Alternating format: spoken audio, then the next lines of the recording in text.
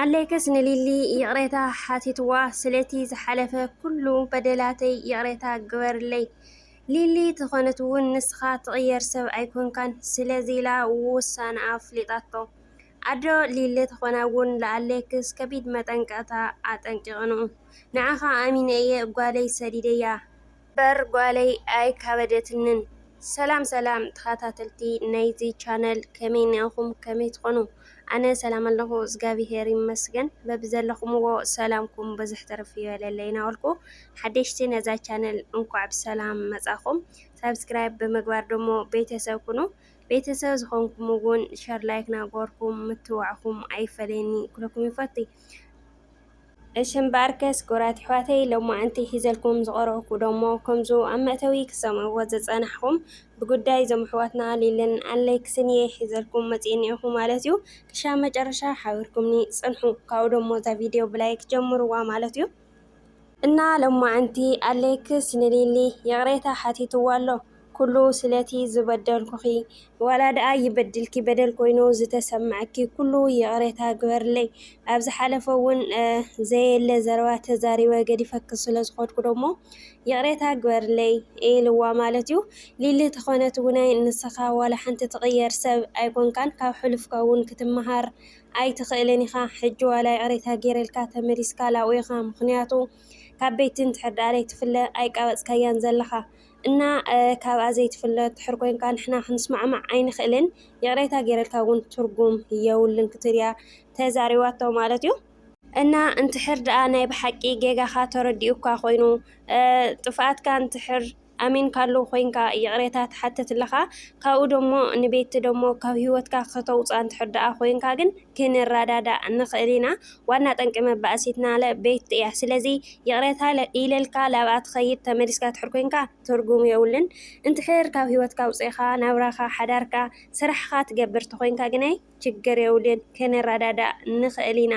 እያ ኢላቶ ማለት እዩ ካብኡ ደሞ ዝሃበትካ ጊፍቱ ናይ ክትምልሶ ኢኻ እያ ኢላቶ ኣለይከስ ተኾነ እውን ካብ ቤቲ ኻመይ ገይሮሞ ክርሕቕ ካብኡ ከዓኒ ሰብ ዝሃበካ ጊፍት ዶ ይምለስ እዩ ኢልዋ ንሳ ደሞ እና ቤቲ ዝኾነ ይኾን ንብረት እንትሕር ምሳየይ ክትቅጽል ኮይንካ ክርኢ ፈጺመ ኣይደልን እየ ክትልያ ተዛሪባቶ ማለት እዩ ብድሕሪዚ ኣለይክስ እውን በጃኽ ሊሊ ተረድእኒ ኣነ ካብ ቤቲ ክፍለ ኣይደልን እየ ብምቕጻል ደሞ ካብ ገዛይ እውን ክወፅእ ኣይደልን እየ ስለዚ ገዛዬ ይናፍቐንሎ ወደይ ውናይ ይናፍቐንሎ ኩሉ ግዜ ምስ ወደይ ክኸውን እየ ዝደሊ ኣብ ደገ ዘሕልፎል ዘለኹ ህይወት ኣነ ብቻ እየ ዝፈልጦ እና ከምዚ ኣይትበልኒ ኢልዋ ማለት እዩ ሊሊ ተኾነት እውን ኣነ ውፃእ ኢለ ኣየውፃእኹኻን እዚ ብመረጫኻ እዩ እንዶም ናብ ገዛ ክመልሰካ ብዙሕ ፈቲነ እየ ክትሰምዐኒ ኣይከኣልካን እና ኣነ ውሳነይ ኣፍሊጠካ ኣለኹ ለኣኻ ካብ ደጊም ልልመን ይኹን ልማፃደቐሉ ኣምነት የብለይ ኢላ እያ ቁርፂ ኣፍሊጣቶ ዘላ ማለት እዩ ኣለይክስ እውን በቃ ኣነ ኣኽቢራ ዝሃበትኒ ንብረት ኣይምልስን እየ ካብኡ ደሞ ካብ ቤቲ ኣይርሕቕን እየ ፈቲኺ ተቐበልኒ ምስ ቤቲ ኢልዋ ማለት እዩ ግን ኣለይክስ ኮነ ኢሉ እምበይ ብናይ ልቡ ኣይኮነን ማለት እዩ ምኽንያቱ እሳ እንትሕር ካብ ቤቲ ትርሕቕ ኮይንካ እዩ ትብለላ እሱ ከዓኒ ክርሕቕ ኣይክእልን ይብሎ እና ኣብዚ ክራዳድኡ ኣይከኣሉን ማለት እዩ ብድሕሪዚ ኣዶ ሊሊ ተኾና ውናይ ከቢድ መጠንቀቕታ እየን ለኣለይክስ ይኸናሉ እኒአዋ ማለት እዩ ንስኸዓኒ ኣነ ጓለይ ዝሰደድክዋ ንሸገር ንዓኻ ኣሚነ እየ እምበር ከምዚ ክትገብራ ኢለ ኣይኮንኩን ሓራስ ቆልዓ ንምንታይ ከምኡ ትገብር ስለዚ ካብዛ ጓል ሪሕቕካ ህይወትካ ትመርሕ እንትሕር ደኣ ኮይንካ ጨለ ተዘይኮይኑ ግን ጓለይ ላብ ባዕለይ ክወስድ እየ ብሕርቃንን ብንዴትን ጓለይ ኣብ ሕማቕ ወዲቓ ክርኢ ስለዘይደሊ ንስኻ እውን ላብ ልብኻ ክሻው ትምለስ ግን ላብ ባዕለይ ከምፃ እየ ኢለን ምስ ተዛረብኡ ኣለይክስ እውን እዙይ ሰሚዑ እዩ ንሊሊ ይቕሬታ ክሓታ ዝኸድ እምበር ካብ ልቡ ኣይኮነን ማለት እዩ ቤቲ ተኾነት እውን ካብኡ ከምዘይትፍለ ደጊማ ተናጊራ እያ ኣብ ዝሓለፈ መደብ ማለት እዩ ልምስትዋስ ዝኣክል ንእሽተይ እስኪ ቤቲ መፂኣ ኣብ መንጎ ኣለይክስን ሊልን ብቐድመይ ዝተፈጠረ ብጣዕሚ እዩ ዘሕዝን ግን ከዓኒ ኣነ ካብ ኣለይከስ ረሓቒ ትብል ቃል ብጣዕሚ እያ ትኸብደኒ ምኽንያቱ أنا كاب أليكس كرحق أي كإلنيا هم أليكس جيرو نايوش أي زردني سو يولي بزح سو يقرب يجن يخام كتوليات هزاريوه እና ህሎ ዝተፈጠረ ነገር ብሰንከይ ከም ዝኾነ ይፈልጥ እየ ብዙሕ ከስተኻኸለውን ፈቲነ እየ ግን ከዓኒ ኣይከኣልኩን ናበለት እያ ማለት እዩ እና ቤቲ እንድሕር ጠንቂ መባእሲቶም እየ ኣነ ካብ ሓዳሮም ኣነ እየፈላለዮም ኢልክ ተኣምን እንድሕር ደኣ ኮንክሲ ንምንታይ ኺት መፍትሒ ኣብ ኢድክ ንሃለየሲ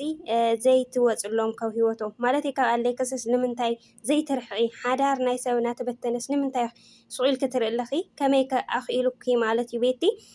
ብዙይ ብምቕፃል ግን ሎማዓንቲ ዓብዪ ነገር እየ ሒዘ መፅየ ኣብ ልበይ ዘሎ ኩሉ ንኣሌክስ ተሓቂ ክነግሮ እየ ብምቕፃል ደሞ ጊፍቲ ሒዘሉ መፅየ እኒአኹ ክህቦ እየ እያ ኢላ ንኣሌክስ ፀዊዓቶ ማለት እዩ ብድሕሪ እዚ ደሞ ኣሌክስ መፅኡ ማዓንቲ ዝፀዋዕኹኻ ዝኾነ ነገር ክነግረካ እየ ኣብ ልበይ ዘሎ ስምዒት ተሓቂ ትፈልጠሉ መዓልቲ እዩ ኢላ እያ የፍቅረካ እየ ኢላቶ ማለት እዩ ኣሌክስ ደሞ ሰንቢዱ ከመይ ጌርኪ ንሓውቂ ክተፍቅሪ ትኽእሊ ዝብል ሕቶ እዩ ሓቲትዋ ብድሕሪ እዚ ኣነ ከፍቅረኪ ኣይክእልን እየ ምክንያቱ ሓፍቲ እየ ክኢልዋ ማለት እዩ ካብኡ ደሞ ፕራንክ ከም ዝኾነ እያ ተናጊራቶ ማለት እዩ እዚ ግን ኣይኮነ ኢሎም እዮም ድራማ ሰሪሖምዎ ተማኺሮም ማለት እዩ ምክንያቱ ካብ ተዓዘብቲ ይኹን ካብኡ ደሞ ንሊሊ ከእምኑ እዮም ማለት እዩ ፈሊጣ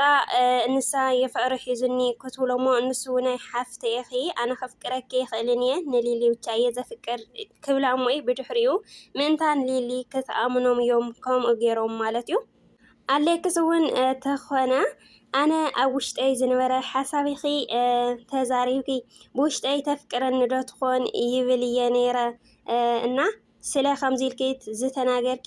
ብጣዕሚ እየ ዘመስግነኪ ምክንያቱ ኣነ ከም ሓው ክንበይ ከም ካልእ ክትርእኒ ኣይደልን እየ ኢልዋ ማለት እዩ እና ኣሌክስና ቤቲ ግብርኹምሲ ተፈሊጡ እዩ ማለት እዩ ብምቕፃል ደሞ ኣነ ንዓኻ ኢለ ዘዘጋጀኽዎ ስጦታ ኣለኒ እሱ ደሞ ካብ ውጭ እየ እዚዘዮ ብዙሕ መዓልቲ ገይሩ እዩ ካብ ዝመፅእ ብጣዕሚ እዩ ደስ ክብለካ ኢላ ሰዓት ሂዋቶ እዚ ደሞ ናይ 200,000 ስጦታ እያ ሂዋቶ ማለት እዩ ኣሌክስ እውናይ ተሓጒሱ እና ክቡራት ተኸታተልቲ እዞም ኣሕዋትናሲ ጌግኦም ንምሽፋን ክብሉ እዮም ካልኣይ ድራማ ሰሪሖም ማለት እዩ ሊሊ ደሞ እዚ እዩ ስጦታ መልሰላ ዝወለቶ ንቤቲ ማለት እዩ ግን ኣሌክስ ንቤቲ ክምልሰላ ፈቃደኛ ኣይኮነን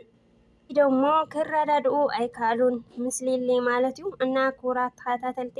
ናይ ሎማዓንቲ መደበይ ነዚኣ ትመስል ነይራ ክሻብ ካሊእ መደብ ልመፅእ ደሞ ናታትኩም መበረትታዕ ይፈለየኒ እናበልኩ ሃናፂ ዘበለ ርእይቶ ደሞ ኣቦታ ኮመንት ኣቐምጡለይ ማለት እዩ ኣቶም ሓደ ሓደ ትፃረፉ ደሞ ካብ ምፅራፍ ሰብ ሃናፂ ርእይቶ ኢኻ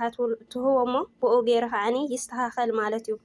ምንም ትፈልጦ ዘይብልክን ኣብ ኮመንት ላመፃኽን ትፃረፋ ደሞ ልብግበራ ማለት እዩ ብዝኾነ ናይ ሎማዓንቲ ትሕዝተይ እዚኣ እያ ነይራ ክሻብ ካሊእ መደብ ዝመፅእ ሰናይ መዓልቲ